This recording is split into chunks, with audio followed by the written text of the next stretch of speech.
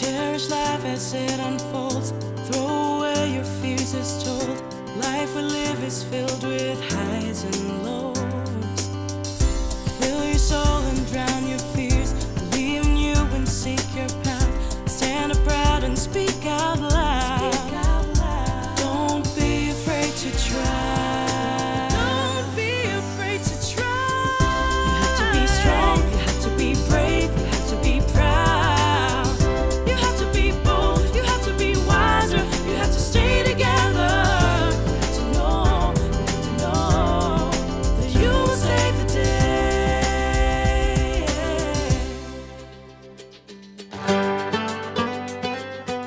I just turned 26 and I'm a student, Malaysian, and I'm Gen Y.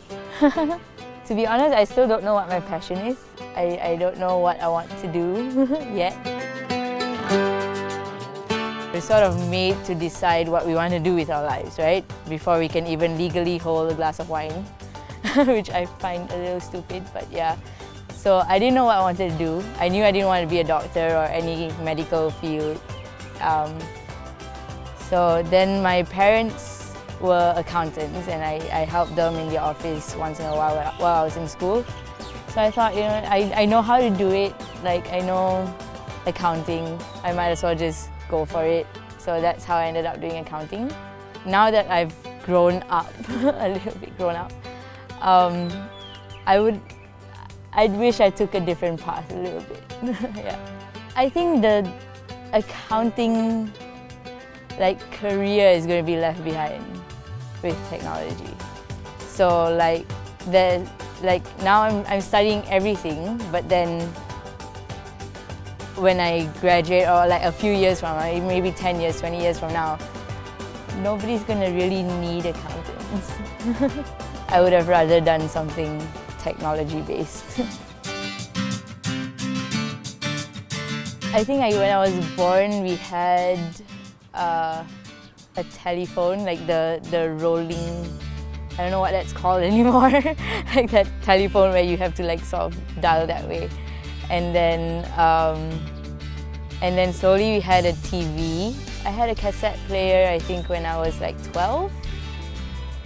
And then a CD player when I was maybe 14. So my friends and I would normally be going out and playing. So normally after school, we all decide right before leaving school, okay, we're gonna go meet from this time to this time at this person's house because we all stay nearby each other, and then go out and play. Be back by around 7 and our parents don't really ask, or we don't have a handphone for them to where are you, come home now. We just know that we have to be home by 7. And then I think I got my first handphone when I was 16. The phone is definitely a big part of my life.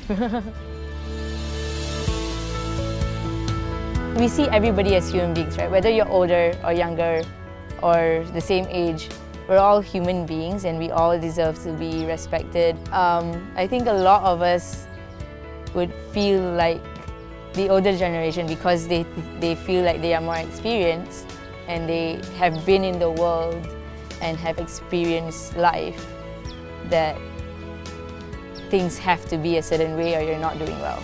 It makes me angry and sad. You would think that that everybody would have that mentality that everybody deserves respect and everybody should not condemn each other, but we do that on a daily basis.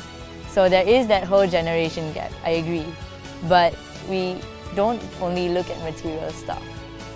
But the fact is that now we're growing up in a society where everybody's chasing something. So everybody's chasing money or chasing success. There are some of us that are chasing true just happiness. For a lot of us, money is nothing, which is why a lot of us don't condone to the 9-to-5 job, or we try to go for what we're passionate about. We try to be happy at our job.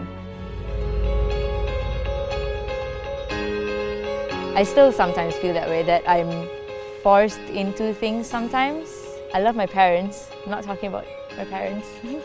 But there are points that, you know, you feel forced to do something or forced to be a certain way because that's how society wants you to be, or that's how your parents want you to be, or that's how just people around you want you to be. My aunt once told me that at the end of your life, it's you and your life. If you don't do things you want to do, at the end when you die, you're going to be alone and you're going to reflect and say, oh, I wish I did this and I wish I did that. Don't ever come to that point where you feel like, you know, you didn't do something because of someone else. Don't have anyone else to blame but yourself. It's awe, like being in awe with the moment and being in awe with picture that you're going through. But then at the same time, the moment you feel that awe and that immense unconditional love, you know that feeling sometimes where you just start to tear up and suddenly you're not sure if you're extremely happy or sad. You're just in so much love, you don't know what that feeling is. So then it just suddenly all of a sudden becomes immediately a memory. It's beautiful, but it's tragic, I think.